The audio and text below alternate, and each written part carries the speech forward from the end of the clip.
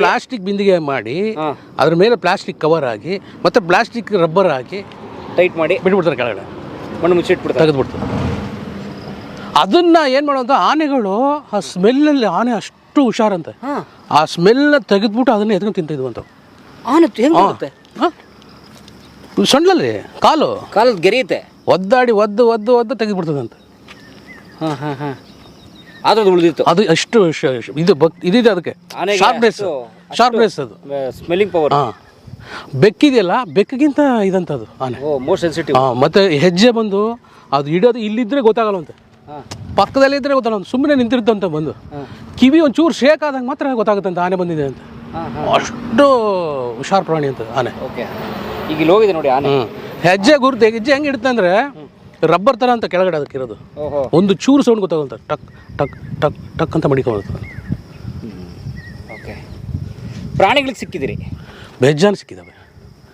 ಚಿರತೆ ಸಿಕ್ಕಿದೆ, ಮತ್ತು ಇದು ಕಡವೆ, ಇವು ಕಾಡೆಮ್ಮೆಗಳು, ಕಾಟಿ ಬೈಸನ್, ಅದು ಆಮೇಲೆ ಜಿಂಕೆಗಳು, ಸಾರಿಗೆ, ಕಡವೆ, ಕಾಡಂದಿ, ಮುಳ್ಳಂದಿ, ಹಾವುಗಳು, ಒಂದಲ್ಲ ಎರಡಲ್ಲ. ಯಾವ್ದಾರ ಅಪಾಯದ ಪರಿಸ್ಥಿತಿ ಅಂದರೆ ಎಲ್ಲನೂ ಅಲ್ಲಿ ಅವನು ಒಬ್ಬರಿಂದನೇ ತೊಂದರೆ ಇರಲಿಲ್ಲ ನಮಗೆ, ನಾನಾ ಥರ ತೊಂದರೆ.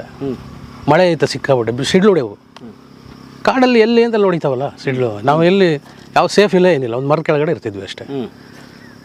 ಮಳೆ ಬರ್ತಿರೋದು ಒಂದು ಸರಿ ಮರದ ಸಿಡ್ಲು ಹೊಡೆದು ಬಿದ್ದಿದೆ ಮರ, ಅಲ್ಲೇ ಹೋಗಿ ಮಲಗಿದ್ದೀವಿ ಕೆಳಗಡೆ. ನಿಮ್ಮ ಕಣ್ಣಿದ್ರೆ ಬಿತ್ತೋದು? ಬಿದ್ದೋಗಿದೆ ಮೊದಲೇ ಆಲ್ರೆಡಿ, ಅಲ್ಲಿ ಮಲಗಿದ್ದೀವಿ ನಾವು. ದೊಡ್ಡ ಮರ ಸಿಗದೋಗಿದೆ ಹಂಗೆ.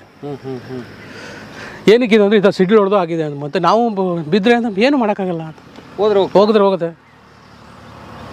ಬಟ್ ಅವನೆಲ್ಲಕ್ಕೂ ರೆಡಿ ಇದ್ದ, ಎಲ್ಲ ರೆಡಿ. ಸೊ ಮುಂದೆ ನೀವು ನೋಡ್ಬೋದು ದೊಡ್ಡ ಪರ್ವತಗಳ ಒಂದು ಸಾಲು ಇಲ್ಲಿ ಗಮನಿಸ್ಬೋದು ನೋಡಿ. ಜಿಂಕೆಗಳು ಸಾಲಾಗಿ ಗುಂಪಲ್ಲಿ ಹಿಂಡಾಗಿ ನೋಡಿ ಜಂಪ್ ಮಾಡಿಕೊಂಡು ಇಲ್ಲಿಂದ ಇದನ್ನ ಹಾರಿ ಹಿಂಗೆ ಹೋಗಿರೋ ಮಾರ್ಕೆಲ್ಲ ಇದೆ ಕಾಡಿನ. ಆಮೇಲೆ ಆನೆ ತೆಗೆ ನೋಡಿದ್ರಿ ಈಗಾಗಲೇ ಚಿಟ್ಟೆಗಳು.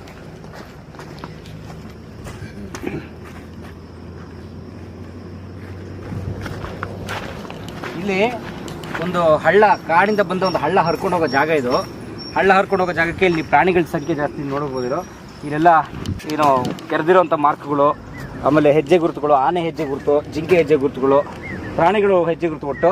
ಯಾಕಂದರೆ ನೀರಿನ ಸ್ಥಾನ ಇದು, ಮುಂದೆ ಹೋದರೆ ಹಳ್ಳ ಇದೆ, ನೀರಿನ ಸ್ಥಾನ. ಆ ಕಾರಣಕ್ಕೆ ಇಲ್ಲಿ ಪ್ರಾಣಿಗಳು ಕೂಡ ಬಂದು ಹೋಗಿರೋ ಸಾಧ್ಯತೆ ಜಾಸ್ತಿ ಇದೆ.